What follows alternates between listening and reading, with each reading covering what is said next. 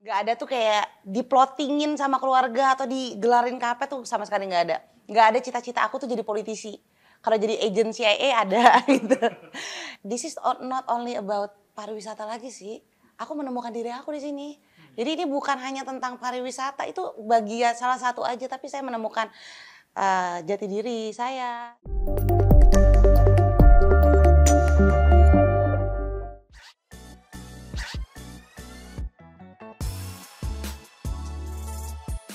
Cita-cita dulu ya waktu kecil ya.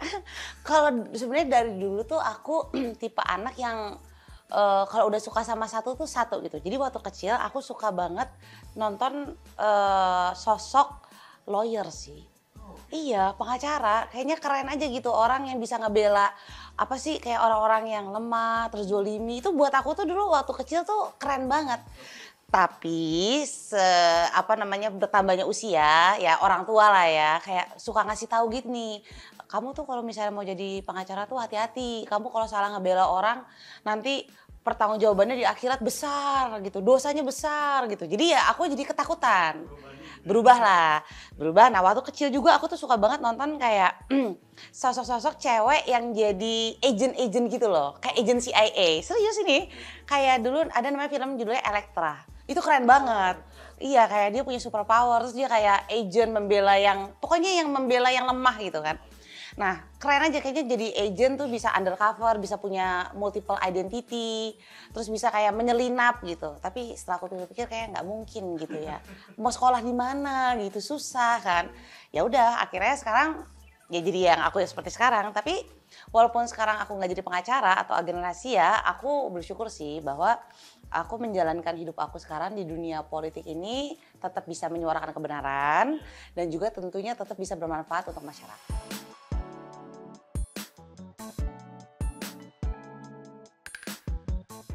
Kalau masa SMA aku tuh sebenarnya kurang menarik sih, sedih. Makanya aku tuh kayak kadang-kadang kalau denger orang tuh kayak masa terbaik adalah masa SMA, apalagi kalau SMA-nya negeri.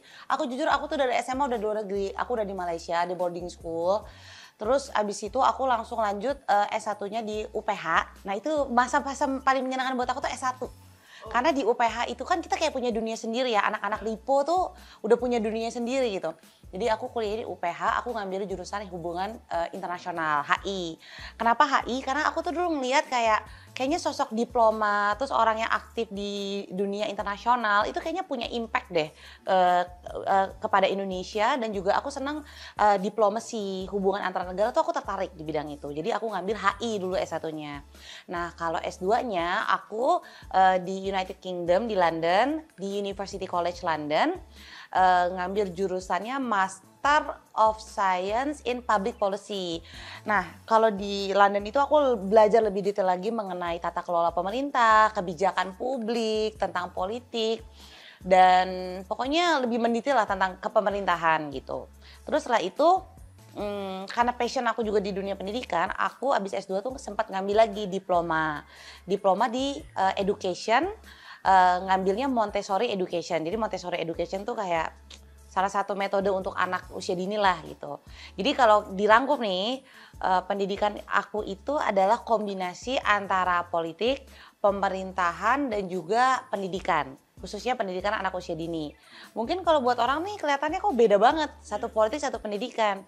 Tapi sebenarnya semuanya punya benang merahnya sih, yaitu semuanya itu berkaitan dengan membangun manusia atau human empowerment.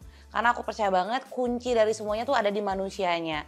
Mau kita Indonesia sekaya apapun, seindah apapun, kalau manusianya nggak empowered, nggak berdaya, ya kita nggak bisa tahu cara memaksimalkan potensinya, gitu sih.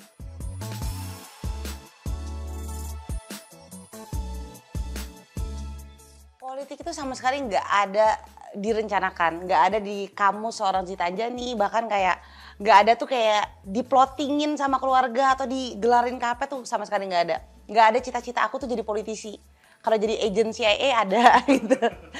Jadi lulus S2 aku kan fokus kerja di bidang pendidikan, bikin sekolah. Memang sekolah aku ada di Jakarta, di Lampung.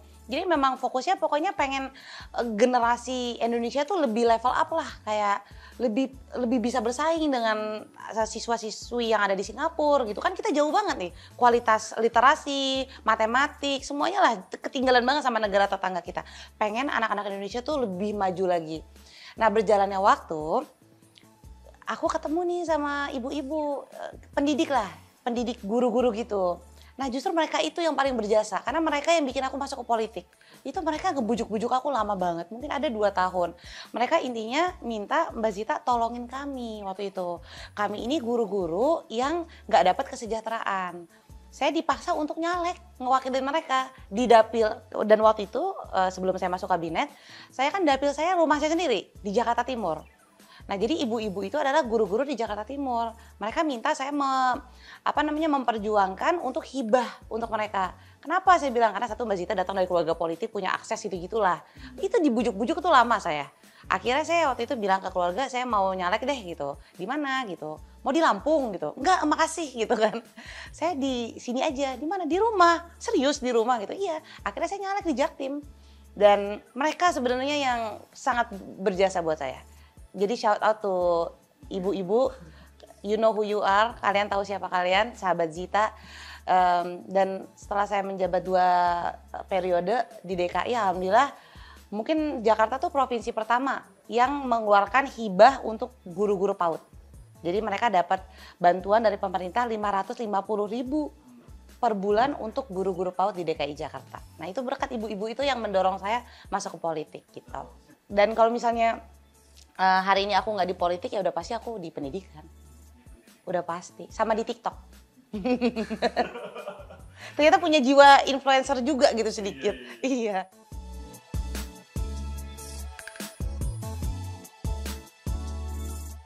Buat aku tuh menjadi utusan khusus presiden bidang pariwisata itu menjadi amanah yang sangat besar.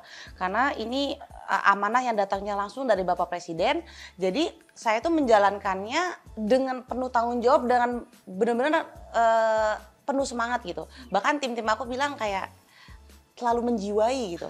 Terlalu berlebihan menjiwai sampai kadang-kadang terlalu ekstrim. Karena aku mungkin kalau lihat di cerita-cerita konten-konten aku tuh banyak tempat-tempat terlalu ekstrim yang aku kunjungi gitu. Bahkan juga sempat mendapatkan komplain dari orang tua gitu ya. Kayak aku nih lagi vakum nih naik gunung. Nggak boleh naik gunung. Jadi udah 2 bulan ini aku nggak naik gunung. Tapi mudah-mudahan bulan Agustus kita naik gunung lagi gitu. Jadi buat aku tuh ini adalah bukan hanya misi negara, tapi setelah aku menjalankannya, ini adalah panggilan jiwa buat aku. Aku punya campaign namanya Unlock Indonesia. Bahwa aku pengen pariwisata ini setelah 5 tahun aku menjadi utusan khusus, aku meninggalkan sebuah semangat baru, wajah baru pariwisata Indonesia, babak baru pariwisata Indonesia. Jadi bahkan teman-teman aku bilang, kayaknya lo bukan unlock Indonesia deh, tapi you also unlock yourself. Jadi di Unlock Indonesia ini aku banyak banget unlock tempat-tempat baru yang gak ada di explore page Instagramku, sosmed aku kan. Kalau aku yang dulu explore page aku isinya gym gitu, terus kayak mungkin fashion gitu. Sekarang tuh gua, gunung, tips naik ke gunung mana gitu, terus free dive gitu. Jadi aku tuh banyak banget unlock hidden gem di Indonesia dan unlock myself. Nah, jadi sebagai utusan khusus presiden, this is not only about pariwisata lagi sih. Aku menemukan diri aku di sini.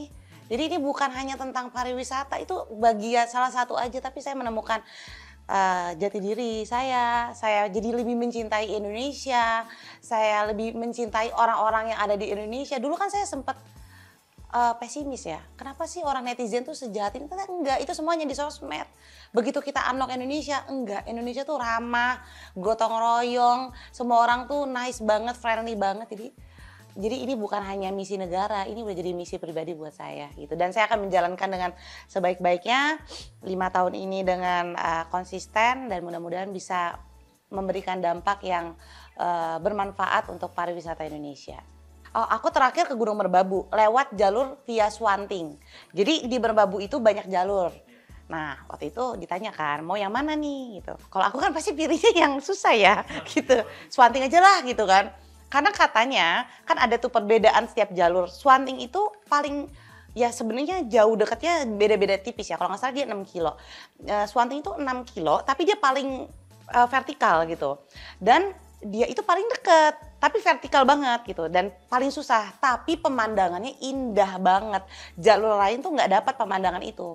Ya udah aku memutuskan lewat jalur Swanting lah. Dan ternyata pas aku pergi itu ya memang rezekinya cuacanya jelek banget, lagi hujan. Jadi Swanting tuh kalau hujan itu kayak kita tuh kayak banjir gitu. Jadi pas hujan, badai, tim-tim juga sempat hipotermia di atas gunung ya. Banyak ceritanya lah.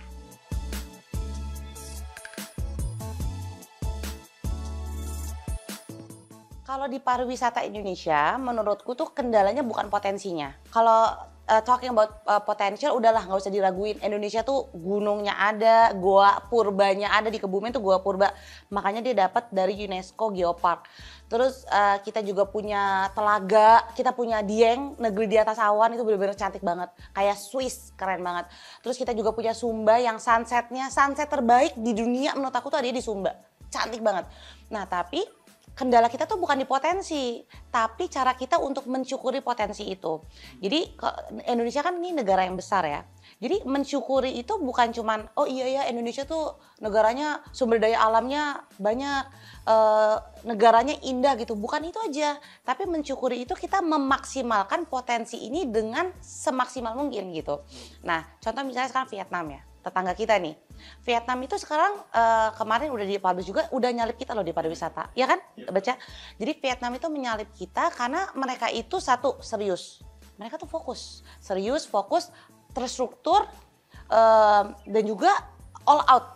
Nah Vietnam aja bisa, kecil loh negaranya. Kenapa Indonesia nggak bisa? Gitu. Kalau mereka punya 3-4 hidden gem, kita tuh punya ratusan ribu hidden gem. Kita nggak akan pernah kehabisan hidden gem. Nah jadi menurut saya harus dimulai nih dari sekarang. Mulai dari hal yang kecil aja. Edukasi SDM-nya, perbaiki akses, branding kita tuh harus konsisten dan tentunya pasti kolaborasi karena pariwisata tuh nggak bisa satu pemerintah aja gitu nggak bisa. Harus kolaborasi seluas-luasnya. Kita ajak semua pihak untuk jalan bareng, baik itu pemerintah, swasta, masyarakat. Aku kalau pergi selalu ajak konten kreator lokal. Jadi kalau kita kerja bareng, kita kerja bersama, pariwisata Indonesia tuh nggak hanya cuma bangkit, tapi bisa menjadi pemimpin menurut aku di Asia. Kita bisa menyala pariwisataku, gitu.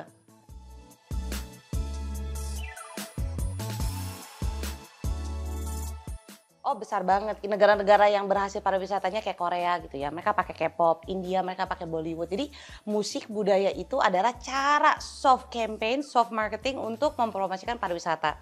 Saya membayangin nih, yang di bayangan saya konser-konser di Indonesia itu digelarnya lagi nggak di dalam gedung. Tapi konser di Indonesia tuh digelarnya di tempat-tempat wisata, bahkan di hidden gem, dicombine dengan kuliner lokal, terus dipaketin barang experience wisata, itu bakal boom. Ya itu bukan hanya jadi konser, tapi juga bisa mendukung ekosistem pariwisata dan UMKM. Contohnya misalnya Dieng Culture Festival Jazz di atas awan. Terus bayangin ya, kalau tiket konsernya habis, bukan hotel aja tapi homestay. Homestay kan penduduk lokal ya, homestaynya penuh, pedagang makanan dan cindera mata lokalnya laku, dan wisatawan yang datang itu bukan hanya datang, tapi mereka bawa authentic story, bawa cerita yang otentik yang kita bisa sebut dengan terobosan dalam pariwisata Indonesia. Jadi itu sih bayangan saya pariwisata Indonesia ke depan, full of authentic experience, tourism yang kolaboratif, kreatif dan juga berdampak.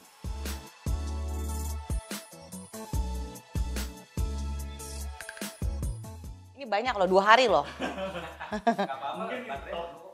Top berapa nih?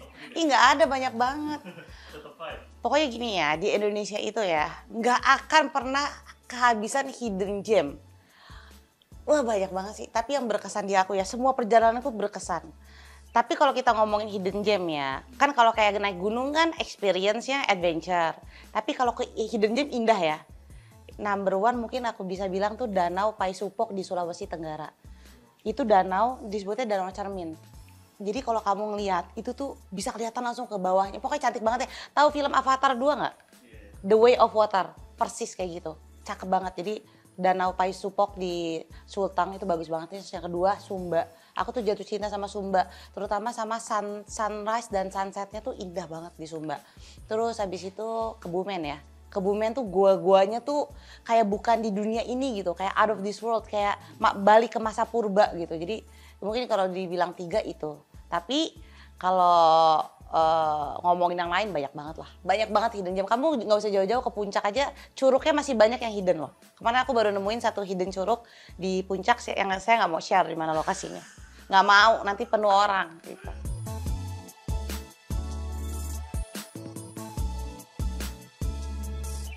Ya pertama pasti saya menyampaikan duka cita yang paling dalam. Saya pas diinformasikan meninggal saya langsung ucapin juga di platform media sosial saya. Saya mengucapkan duka cita yang mendalam atas kejadian menimpa salah satu wisman dari Brazil yang mendaki Gunung Rinjani. Tapi kalau tanya pendapat saya rasa satu sebagai pelaku pariwisata yang sudah naik gunung juga, yang sudah mengalami hipotermia juga, karena waktu kemarin saya ke Merbabu itu juga saya banyak dapat komentar negatif sih. Kayak misalnya, lebay banget sih. Mana mungkin sih hipotermia, lebay banget paling buat konten. Padahal orang tuh nggak tahu, gunung itu nggak ada yang bisa prediksi. Satu, bawa handphone nggak ada sinyal. Gimana kita mau share weather? Location nggak ada sinyal. Pakai HT nggak nyambung dong, udah kejauhan di bawah. Apa komunikasinya? Jadi memang cuaca gunung itu nggak bisa diprediksi berganti-ganti. Nah jadi saya rasa satu, tim Indonesia itu ya baik dari pengelolanya, relawan, aparat, itu udah bekerja secara maksimal dan tidak kenal lelah. Mereka sampai nginep loh semalam untuk proses evakuasi dan penanganan. Namun jadi udah maksimal lah, kita sudah melakukan yang maksimal. Kalau masih ada yang bilang kayak, Indonesia nggak benar, aduh kamu nggak tahu. Di sana itu tuh Rinjani tuh kelihatannya doang, dia satu line terus dia vertikal ke bawah. Itu susah banget dievakuasi. Kalau ada helikopter, dia akan nabrak itu. Jadi saya paham lah ya, mungkin ya orang akan mengerti dengan waktu ya, dengan waktu. Nah, tapi tentu saja ini menjadi bahan evaluasi serius tentunya untuk kita semua di pemerintah juga. Ke depan sistem keamanan dan keselamatan pendakian ini harus tentu ditingkatkan. Dan nanti saya akan naik gunung, saya akan edukasi juga bagaimana mendaki gunung yang aman, nyaman dan juga aman untuk pribadi lah ya. Karena setiap nyawa begitu berarti tentunya. Tapi meski demikian saya harus menyampaikan saya sedikit berbeda pendapat nih. Saya ingin menegaskan jangan karena satu peristiwa Wisman ya ini memadamkan semangat kita nih. Khususnya anak-anak muda, Gen Z, termasuk anak-anak saya yang masih kecil-kecil itu saya selalu motivasi untuk turun ke alam, untuk mencintai dan juga menjelajah alam Indonesia. Apalagi kalau mohon maaf banget walaupun ini mungkin saya harus sampein ya karena saya jiwa pendidik saya meronta nih. Apalagi kalau misalnya lebih baik ke mall gitu. Saya tuh gimana ya? Kalau bisa anak saya jarang-jarang ke mall. Pelajaran apa yang kita bisa dapat dari mall? Main game atau konsumtif. Jadi saya tetap mengajak gunung itu bukan sekedar destinasi wisata loh. Gunung itu adalah ruang belajar, bahkan tempat saya healing, tempat saya menemukan jati diri, tempat kita mengenal keindahan ciptaan Tuhan, mengenal batas dan juga potensi diri kita, belajar arti perjuangan, persahabatan dan juga menempa disiplin serta kewaspadaan. Jadi mari kita terus jaga semangat kita menjelajah dengan aman, nyaman, selamat dan baik. Cintai alam kita dengan tanggung jawab dan tentu utamakan keselamatan dalam setiap langkah yang kita ambil.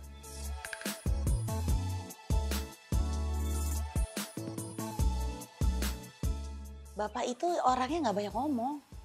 Iya, cuman dia selalu nyontohin. Ada peribahasanya namanya walk the talk. Kalaupun ngomong ke kita tuh ceritanya itu lagi gitu. Jadi orangnya sebenarnya nggak gitu banyak ngomong tapi sangat mencontohkan. Terus kalau keras atau enggak, iya. Maksudnya iya tuh bukannya galak ya. Tapi dia sangat disiplin. Namanya bangun pagi tuh, saya harus bangun pagi, olahraga, terus belajar, kesopanan. Pokoknya kalau dibilang keras iya, terutama sama anak-anak perempuannya. Lebih lagi. Karena aku 4 bersaudara ya, 2 laki 2 perempuan ya. Jadi bukan keras galak tapi lebih keras ke tegas dan konsisten dalam mendidik, terutama dalam bekerja tuh harus profesional gitu-gitu. Tapi yang aku ingat itu tentang bapak itu ya, walaupun sibuk, beliau kan sibuk banget ya, waktunya tuh udahlah, bapak itu udah punya, bukan punyanya kita lah, punyanya masyarakat lah. Tapi dia selalu ada sih di momen-momen penting aku sih. Kayak ada muncul aja gitu, kayak misalnya di wisuda gitu. Terus momen-momen yang kayak aku lagi sedih, itu ada gitu. Walaupun di ulang tahun suka nggak ada ya. Tapi di momen-momen yang unexpected tuh ada gitu. Kayak gue lagi down itu kan berbekas ya di kita ya, kayak lagi sedih tuh ada gitu. Jadi dan itu jadi pelajaran sih buat saya bahwa sesibuk apapun kita, sebesar apapun posisi kita, rumah tetap tempat kita pulang.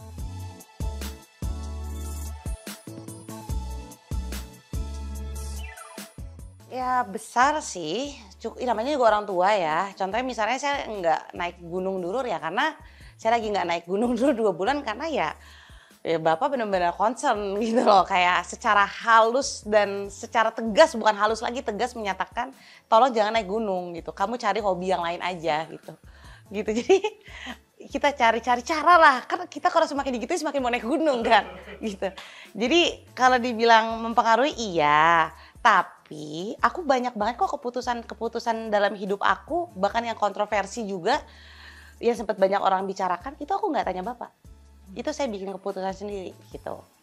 Kayak naik gunung tuh juga saya nggak nanya bapak. Dia tiba-tiba tahu aja saya udah di atas gunung gitu. Jadi mempengaruhi tapi tetap keputusan dibuat oleh Zita Anjani.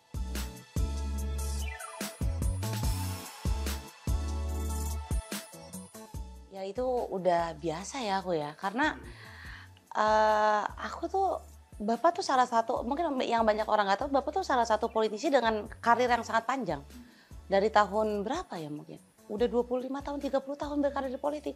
Kenapa panjang? Karena satu, niatnya lurus. Yang kedua, politik itu adalah pengabdian. Kalau niatnya salah, misalnya untuk jabatan, flexing, power, viral, udah pasti cepet. Tapi kalau niatnya lurus, untuk pengabdian panjang. Jadi namanya dibully, diterpa isu miring, fitnah, framing, itu udah biasa, udah jadi makanan sehari-hari. Nggak kaget, karena politisi itu kayak orang bertato. Baik atau buruk tetap aja orang persepsinya jelek. Padahal bisa aja orang bertato itu baik banget, ya kan? Tapi politisi di Indonesia itu udah kayak orang bertato. Mau dia ngapain, dia mau baik aja udah jelek. Apalagi dia jelek, buruk banget gitu. Jadi ya kita harus kembali lagi niat kita tuh, kita harus jadi orang yang ikhlas, sabar, niatnya pengabdian. Ya udah, dan nggak perlu pembuktian, kita berbuat baik aja gitu.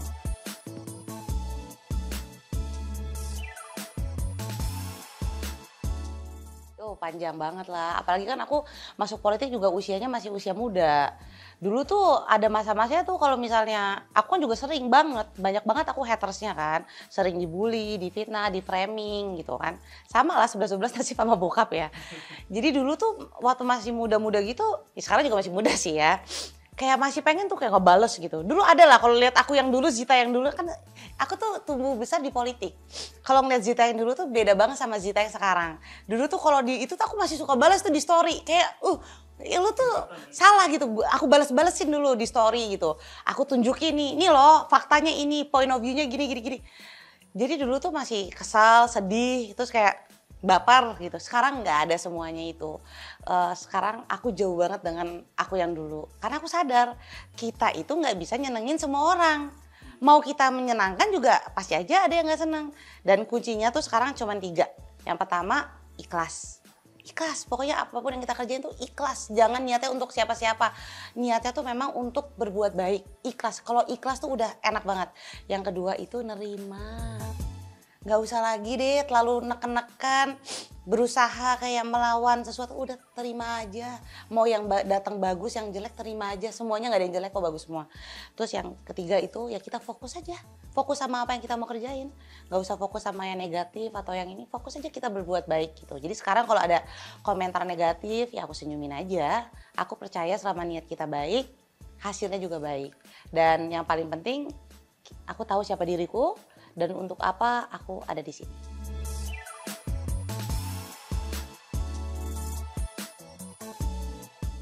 Karena jadi ibu tuh bukan soal punya anak doang sih, tapi tentang melihat hidup kita dari perspektif yang berbeda. Dulu kan aku punya anak tuh usia 20-an, masih sangat muda gitu. Teman-teman saya masih pada ya melalang buana, aku umur 20-ku tuh fokus benar-benar ngurus anak. Gitu, anakku 3 perempuan semua. Jadi my 20 is all about kids gitu. Sekarang saya senang karena anak-anak saya udah besar, mereka tumbuh jadi pribadi yang menyenangkan, dan saya merasa semuanya itu terbayar lunas. Bahkan bikin saya bahagia. Sekarang nih teman anak-anak saya bukan hanya jadi anak, mereka jadi teman main, teman cerita, dan juga motivasi hidup buat saya setiap hari.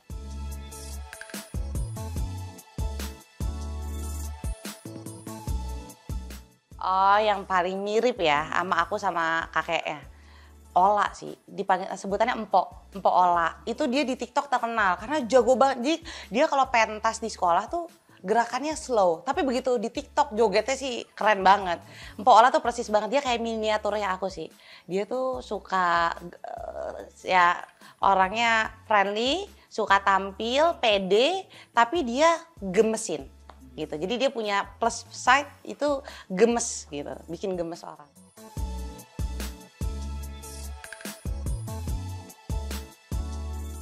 Aku tuh orangnya cukup ini sih ya, monoton aku tuh orangnya, gitu-gitu doang. Jadi aku tuh orangnya sangat berpola. Terus polanya gantinya 3 bulan sekali gitu. Kalau pola sekarang ya. Pola sekarang itu semenjak aku pariwisata tuh aku jadi orang yang tidak berpola loh. Tapi biasanya aku tuh kalau pagi, aku pasti olahraga. Aku sukanya olahraga tuh pagi.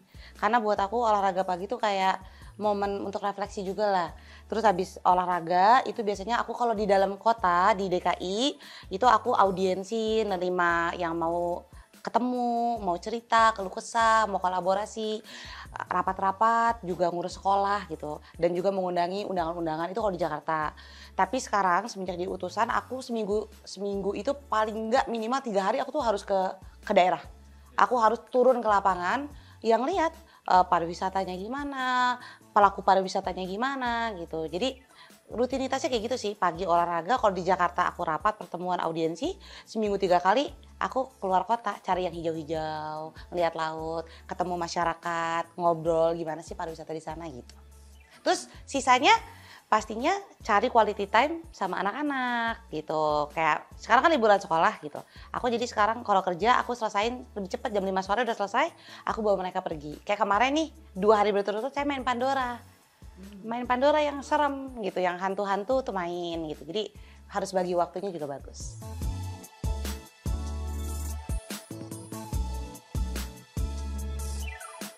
Aku tuh mensyukuri semuanya yang ada di hidup aku. Dari ujung kaki ke ujung kepala, dari semua kesedihan, kesenangan, semuanya aku syukuri tanpa ada satupun yang aku sesali gitu. Atau bikin aku coba bisa gini, enggak. Semuanya aku syukuri. Karena kita tuh punya rencana hidup, iya kita punya rencana. Tapi aku juga sadar rencana Tuhan itu selalu lebih baik. Dan dari setiap kejadian, setiap orang yang hadir, setiap momen, itu aku anggap dari bagian skenarionya yang harus kita jalani dengan ikhlas dan juga bahagia.